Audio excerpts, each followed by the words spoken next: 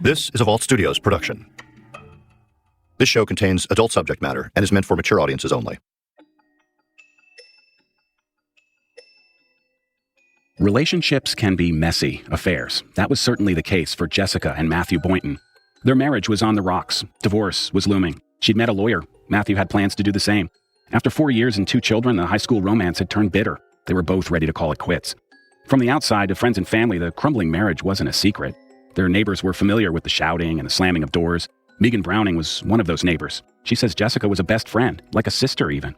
She could confide in Jessica, and Jessica could confide in her. She did. She'd tell Megan about her life, her kids, her ups and downs, and, of course, her husband, Matthew. On April 14th, 2016, Jessica knocks on Megan's door.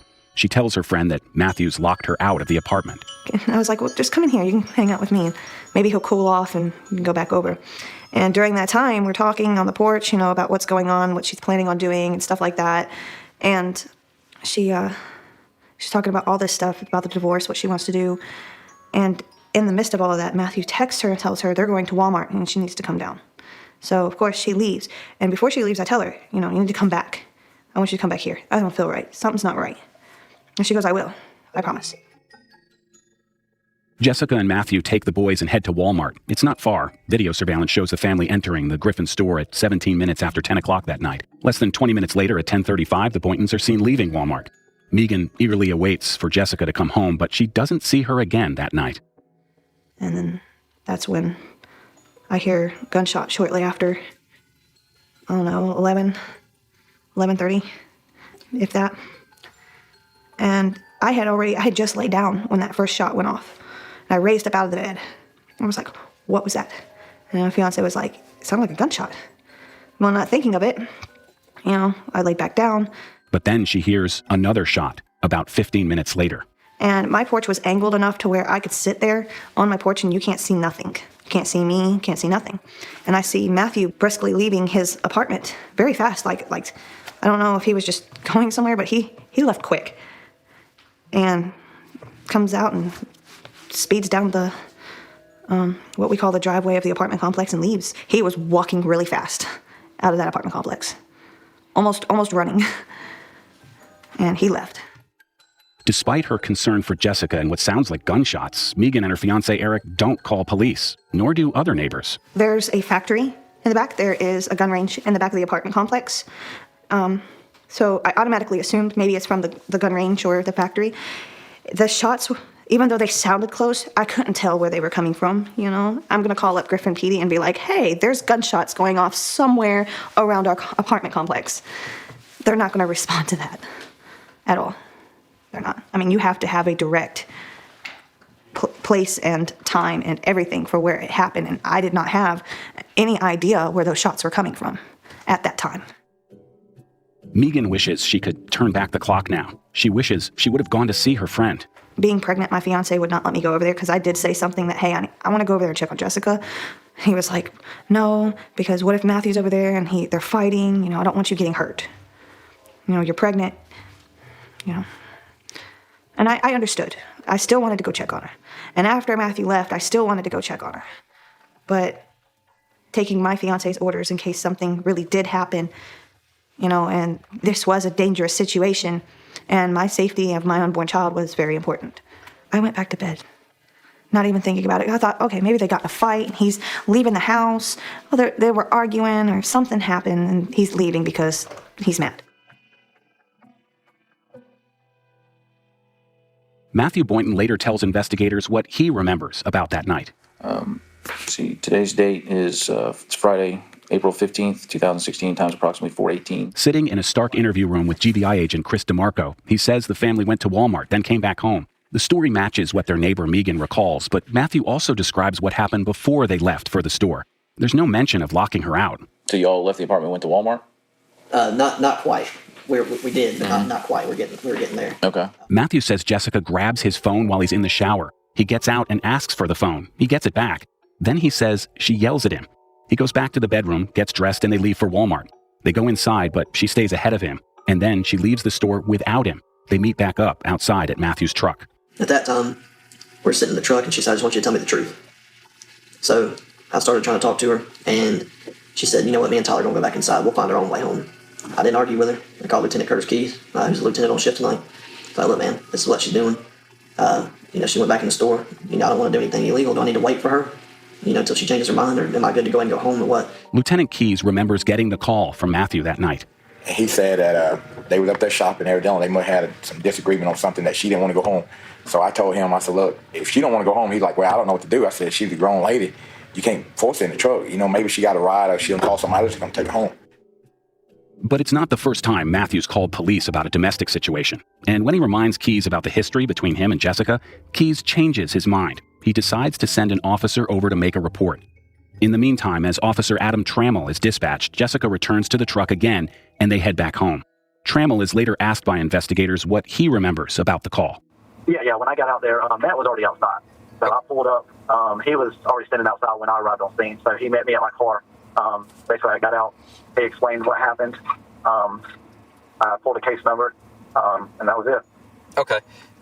And you didn't go up to see Jessica? No, I didn't see her. He didn't. Matt just said he just wanted a report done, so I didn't really make contact with her. Okay. All right. Once we got back, I don't remember what we talked about or anything like that. Matthew says Jessica went to the apartment office, maybe to use the computer there. She comes back and he tells her he's heading out to meet his friend, Josh Guthrie, for dinner at Waffle House. That's when Matthew says Jessica calls to him and says, "Can I talk to you?" She's clearly upset. She started crying and she knelt down. I said, what's wrong? Are you okay? And she said, can you call me EMS? I said, oh. I was like, can you breathe? Because I thought she was having like an anxiety attack from everything going on and from crying because she had cried earlier. So I said, can you breathe? I mean, you got to tell me what's going on so I know whether or not we need to, just call an EMS or take you to the hospital, or if we need to do anything at all. We just get you some medicine, whatever. I didn't know what to think. So I asked her, I said, can you breathe? When I was asking her questions, I don't remember everything I asked her. She wouldn't answer me. Right. And she stood up, and I don't remember if she said anything or not. I remember her shutting the door in my face. And it was common. This was a regular thing, especially here lately. So I said, okay, I'm not going to say nothing. I'm not going to try to go back in. I'm just going to go ahead and go to Waffle House. 3 text messages are sent from Matthew Boynton's cell phone around this time. All 3 go to Officer Josh Guthrie. The first at 12:48 a.m. saying on the way, followed by stand by on that at 12:50 a.m. Presumably, that's when Jessica calls him back to the apartment. And then less than a minute later, he texts back en route. Boynton describes getting in his truck and heading to Waffle House. And then, when he's on the way, he gets a text from Jessica. Once I get behind the Griffin Christian Women's Center, I get right behind it, and I get a text from her. I don't remember everything in the text, but it said something about loving the boys, and she'd been having suicidal thoughts recently. So, I was like, oh my God. The first thing, I called Guthrie because it was the quickest thing to do. And I knew he was on duty and he was already supposed to be there, or, he's already supposed to be on the way, so I knew he would be close. Mm-hmm. And I also called Angie, I believe it was a black lady for dispatch. Hey, are you on EMS? Mm-hmm. Okay, can you please dispatch a unit out to my location at 53 Ashford Way? Send me a reference to my wife. And I told the dispatchers, like, look, I'm not at home. I'm trying to get there. I don't remember if I told her how fast I was going or not. I know at one point I hit 90 going down Carver, and I know I did, because I didn't know what was going on. With that stuff, you never know if it's a bluff or what. Jessica Boynton's text to her husband's phone actually said the following: "I can't do this anymore. Take care of Tolan and Tyler. Please tell them I love them every day. I've been suffering for a while now, and no one has noticed. Here lately, I've not been able to recognize the person I see in the mirror. This is not the first time I have had suicide thoughts. I love you and the boys." Racing down the road back to his house, Boynton calls his friend and fellow officer, Josh Guthrie, saying he might need some help. Guthrie later tells investigators about getting that call. I remember I got on the phone or whatever. He told me, he said, man, I'm back on the way back to my house. His wife, he said, is having suicidal thoughts or whatever. He's like, I've already called EMS. He's like, they're already on the way over there. I'd like for you to ride over here so somebody's here. They've been going through a rough time or whatever. Okay. I think talking about splitting up and things like that. Okay. And he told me, he's like, I just want somebody to be over there, in case anything happens. I have a witness, I get a report or whatever. And as soon as he said that, I told myself, okay, I'm on the way. Minutes later, Matthew arrives back home. So I got there, and I was coming in fast. I was trying to hurry up and get there. So I get out of my truck and try to run up to the apartment. And I don't remember if I heard like a wham like that or if it was the 2 shots. But as I'm coming up the stairs, I hear wham, pop, pop. I run the door. I believe I unlocked the door. And I don't remember what I did with the keys after that. And I can't remember if I run inside or not, but I know at one point I walked in. I started crying. I think I walked in and I ran right past the door, which was dumb. I know that. You ran past the master bedroom? No, I ran through the master bedroom hallway. And I ran right past the closet. Oh, right into the bedroom. Yeah, and I looked around and I was like, oh my God, I can't find Tyler. And I looked and checked the closet and I was like, oh my God, the door's shut. So I get the door handle. I don't know if I did it with my left hand or my right hand. And I wiggled the handle. I said, Jessica, please answer me, Jessica. And I was trying to get her attention. I couldn't hear anything. So I instantly ran back in the kitchen. If you run the kitchen, you'll see where I keep my radio, unless they took it, the radio charger on the microwave. Ran over there and I was panicking. I was shaking real bad. I cut it on, and I ran back outside. I was crying. I was in shock. I went on the radio. 3542 to 3015. I believe I just heard a shot fired coming in my residence. I just came up the stairs 2 rounds. 74's in route. 3015. Be advised of a smoke gun smoke. And I can't get an answer to the door. Stay outside. I'll be there in about 2. Stay outside. It's building 49 through 56. It's the top level police area. I think my kids are in the closet too. This has 3015, this has 10. I'll give this 10-3. I know at one point, I believe, I'm not 100% sure, but I think I mentioned that the baby might be in the closet with her. And then I think I also advised him that I smelled gunpowder, or it smelled like, smelled that, like the after smell, like a gun had been fired. So, I was freaking out, and I just, after that, to the best of my knowledge, I'm not 100% sure, but I know at some point I sat down on the balcony and cried. My whole upper body went numb. So you never went into the closet? No, it was locked. Because I jiggled the handle, because that's the last place I seen her when I left. Or, before we had that little disagreement at the door. Right. So I figured, maybe she's in here. And all the other lights were off. Now, Tolan, I don't remember if he had his little lights plugged in. He's got little Christmas lights on his bed, so he might have had those on. But I go in, I don't remember which light was on, and I checked the door. I said, in case something happened, I'm not about to kick in the door. So I ran back outside, and I thought about it. I said, that was gunshots. I said, I just stood in front of this door. And, the thing that haunted me the most about it was I didn't know, because she had told me, reaffirmingly that, hey, Tyler's not yours. I was scared to death because I couldn't find him, that, she would shoot me, and then kill herself. I didn't know where she was. Even though the closet door was locked, I figured she could still be anywhere in the house. Having prior disagreements, I knew that there was a possibility that, I could have been shot. Josh Guthrie remembers hearing Matthew's call to dispatch, hearing the panic in his voice. I remember calling out over the radio, and he was like, I can't remember word for it. I know he said something about, I just heard 2, you could tell he was in distress, and I just heard 2 shots coming from, inside my apartment area. And he's like, you could tell he was crying, he was upset, and he's like, I can smell gunpowder, so it came from in there. At 12:59 a.m., officers are sent to the scene. Officer Brian Jones arrives minutes later. His police body cam is recording as he runs into the house. I got in my vehicle, ran up the stairway. I seen Matt sitting in the corner of the breezeway. As I got there, he tried to get up to go inside, and I said, no, just stay outside. Stay out, Matt. And I said, where do you think she's at? And he said, in the bedroom. And I was like, which one? He said, the one on the left and the first one in. Police department. Police department. Officer Jones continues his sweep through the house, arriving at a locked closet in the master bedroom. Went into the bedroom, cleared it, checked under the bed. On the way out, we checked the closet door, which is right in between the hallway for the entry and the bedroom. It was locked. I said, okay, we'll come back to that because the kids were crying in the back. I said, let's go there. So we proceeded to go back to the apartment and cleared the living room, cleared the kitchen, cleared the dining room. And we could smell the gunpowder from when we first came in the door. So I'm thinking that she's possibly in the closet. So I checked the knob again, it was still locked. And I looked at Lieutenant Keys, I said, I'm gonna have to kick it. He said, go ahead. Kick that door in. Busting into the closet along with other officers on the scene, they find Jessica Boynton. Everybody clear out. So I kicked it the second time, the door opened maybe 6 or 7 inches, and that's when I seen her legs. As I peeked in, I looked in and I seen the blood on the back wall, and I seen her laid down with her hands up, but you can see the blood in her hair.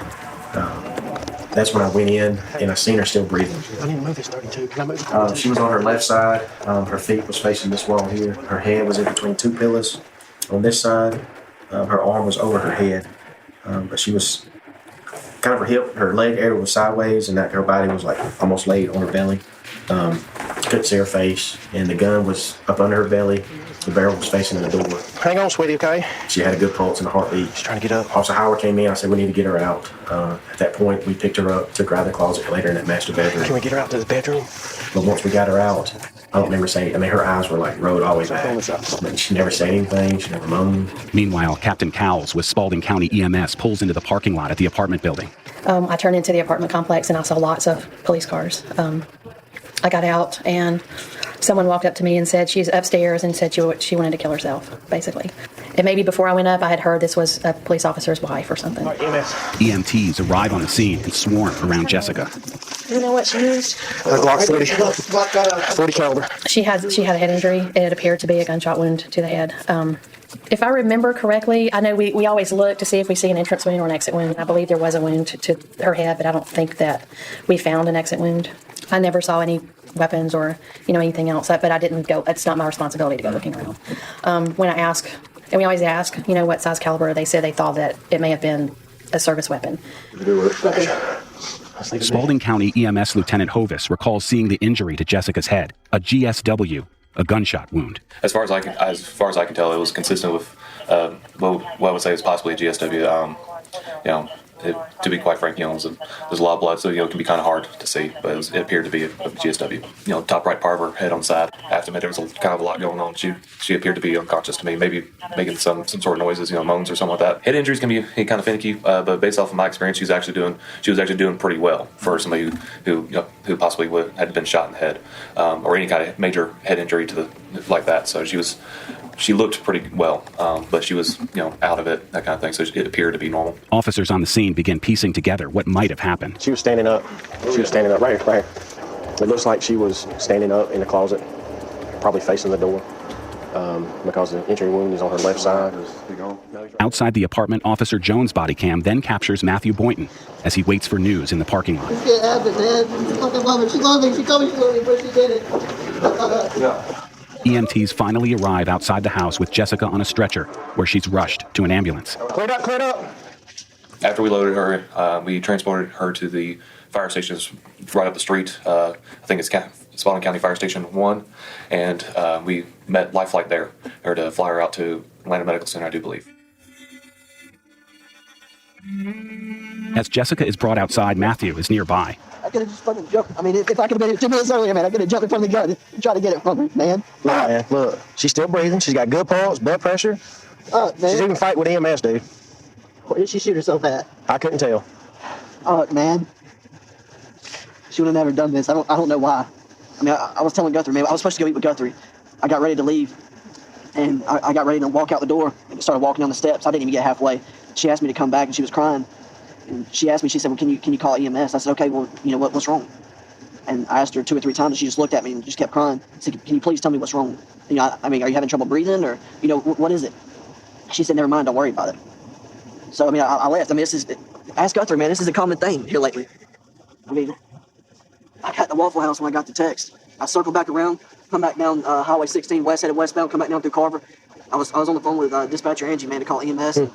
Negative. I was hitting 90 coming down Carver trying to get in here, man. If I could, damn it, man. If I could have been here sooner, maybe I could have stopped her. I'll be right back. Distraught, Matthew watches as Jessica's taken away, wishing he'd been there, stayed home. But as we now know, Matthew left the apartment after he says she closed the door on his face. We know he texted his friend to meet up for dinner. But there were other texts that night, not to other officers or friends, but to Courtney Calloway. There were dozens of texts between Matthew Boynton and Courtney Calloway that night, including in the minutes before and after he received Jessica's note, the one about ending her life. Calloway later tells investigators about those text messages. Were you talking to Matt the night that all this stuff happened? Up until it happened, and he had sent me a text message, and he'd said, some stuff's going on, I'll talk to you later about it, and that was it. Around what time was that, do you remember? About midnight, I think. So it's about midnight. The day of the shooting, was Matthew with you during the day with the boys? Yes, he was. And they left my house, I want to say about 8. And he did text me. He was texting me, after he had left, and he said something about they went to Walmart to get some stuff for the boys. He was, like I said, after he had left, he was texting me. And he said, oh, we're at Walmart getting stuff for the kids. He called me the next day, and I just started crying because I was like, that was never the intention ever. And I felt terrible. And, like I said, I figured, I was under the impression that it was over between them, so none of this would ever have happened. And, I just started crying. I was like, nobody should ever have to go through that, to feel that way. And I feel, partly responsible because, I just feel awful. So now I'm to the point I don't really know what to make of it. When it comes to true crime podcasts, Generation Y is a pioneer. If you're obsessed with tales of murder and mayhem, this is the one show you need to be listening to. Hosts Aaron and Justin discuss unsolved cases from all angles. They break down theories, dive deep into forensic evidence, and share their shocking opinions. Often, cold cases they bring to light finally find resolution. They dig deep, looking for answers on cases of missing spouses, mysterious murders, serial killers, and more. What sets the show apart? Well, they do extensive research and give details you won't hear elsewhere. Their attention to detail while examining these crimes is what's kept Generation Y at the top of the true crime genre for so long. It's a podcast that surprises and will change the way you think about true crime. Listen to the Generation Y podcast on Apple Podcasts, Amazon Music, or you can listen ad-free by joining Wondery Plus in the Wondery app. Wondery. Feel the story. Back at the Boyntons' apartment as Jessica is taken outside that night, neighbors Megan and Eric wake up again. It's not gunshots this time. The next thing I remember is getting woke up by the lights and the sound of GBI backing up into the driveway. And my heart sank. I looked out the window and I saw GBI and I'm like, oh my God, he killed her. He killed her. And that was running through my head was he killed her. And I immediately started panicking. I checked my phone and my fiance's sister texted me that morning at like 2 o'clock in the morning. You need to check on Jessica. I feel like something's wrong. And she's one of those intuitive people that a hunch is a hunch. And I'm the same way. And I see GBI, I see police, I see fire, I see everything out there. And I'm on my porch and I'm screaming. I screamed at Eric. I told him, I was like, you need to go ask them what's going on. I think she's dead. I think he killed her. And he goes down there. He talks to one of the investigators and they said, we're going to come up and talk to you guys here shortly. And he comes up, he talks to us, and I said, it's Jessica. And he goes, yes, it is. And I said, he killed her, didn't he? He goes, no, she's still alive. That put a lot of relief on me because I thought, oh my God, I heard those shots and now she's dead. I should have called the police. I was freaking out, and he told us, she's alive. She was fighting with EMS and all this, and exactly where she went. 15 miles south in Zebulon, Georgia, Jessica's family is still reeling. First told that she's dead, that she'd committed suicide. Her grandmother Martha, who raised her, her grandfather, her aunts, they've all gathered together when suddenly Jessica's sister Dusty comes through the door. Dusty had already been to Jessica and Matthew's house in Griffin and learned that her sister had been taken by Life Flight helicopter to Atlanta Medical Center. Jessica's Aunt Kathy picks up the phone. She grabbed the phone and started calling hospitals in Atlanta and got the right one. And she told them that she had to tell a little lie. And she said, I'm her mother. And they said, she's alive. And she's in critical but stable condition. So we left immediately, going up there. Martha, her husband, Jessica's sister Dusty, aunts, uncles, they all head north to Atlanta and the hospital. The doctor, the emergency room doctor and a nurse met us. That's probably one of the hardest things that we've ever done. And then they kept telling us that we couldn't see her because they had guards back there. And so we couldn't go. And I wasn't real happy. And I kept asking them, didn't they have her in an observation room? I said, the deputies come and they tell us that they're dead. Now you're telling us that she's alive, but we can't see her. And then as the doctors began to talk and try to, they kept, things that they were saying just wasn't, I couldn't focus. I couldn't comprehend what they were saying. I was so distraught, I guess. Jessica is alive, but the situation is grim. Doctors decide the best chance they have to keep her alive is to put her in a medically induced coma. She looked really bad. Of course, she was connected up to the vent. She was connected up to all kinds of things. And it was hard to believe that it was her because at that point, her hair was still matted up, bloody matted up and everything. So she looked really bad. And we didn't know, if she was going to come through it or not, Today's date is April 15th, 2016, time approximately 5:14 a.m., conducting a neighborhood canvass. Back in Griffin, early that same morning, investigators start making the rounds, talking to neighbors, including Jessica's close friend Megan and her fiancé Eric. It's my understanding y'all wanted me to come over here and talk to y'all. Yeah, we got some information. Okay. You're not with the police department, right? No, I'm with the Georgia Bureau of Investigation. I'm state police. She had come over. She's her friend, so. She's like a sister. Megan and Eric tell GBI agent Chris DeMarco about the days leading up to the night before, about the affair Matthew's been having, about the gunshots they heard. Her husband is cheating on her with another woman. If he's willing to cheat on his wife, he's willing to cheat the law. So it's my understanding that Matthew is currently having an affair. And is that what the domestic issue is between them? Or? Yeah, because she wanted to file for divorce. And I guess he locked the door on her and she was pounding on the door trying to get in. Around what time? About 8 o'clock. 8 o'clock? 9 o'clock. And about 10:45, I thought I heard a gunshot. At about 10:45, heard a gunshot? Yeah. Oh, we heard something and I said, what was that? Yeah, it sounded like a gunshot. I'm prior military, so to me it sounded like a gunshot. Did Jennifer ever communicate any type of threats that he had made towards her, or was it just a... She did one time. She said that he grabbed her arm, and she told him, said, don't you ever lay your hands on me again like that, or something like that. He grabbed her arm, threatened me, because one of my questions to her was, has he ever threatened you? And that was the only thing that she stated. The thing is, if Megan and Eric are right about hearing gunshots before midnight, then something's not right here. Matthew Boynton claims he heard 2 gunshots as he ran toward his apartment. That was after midnight, almost 1 a.m. It's just one detail, but an important one that doesn't seem to add up. And as you'll learn, it's not the last. Next time on The Officer's Wife. Said he wasn't happy in the relationship. And, I told him, I said, I'm not going to encourage you either way because you got to make that decision. Right. I did tell him multiple times. I was like, if you're not happy, it's probably not going to get any better. It's going to lead to worse things. I know eventually the chief would eventually like to get his officer back as well as his, service weapon back as well. So we're going to try to expedite this as fast as possible. Hush now, don't say anything. I'll be right where you want me.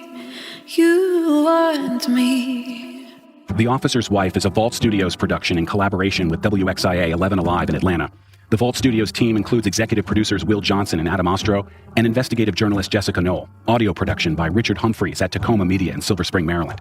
Visit our website at vaultstudios.com to learn more about our podcasts, including Bardstown and our weekly show, True Crime Chronicles. And you can find us on Facebook at Inside the Crime Vault if you'd like to talk about this case and learn about other stories we're covering. If you or someone you know is in crisis, there are options available to help you cope. You can call the Suicide Prevention Lifeline at any time to speak with someone and get support. For confidential support available 24/7 for everyone in the United States, call 1-800-273-TALK. That's 1-800-273-8255.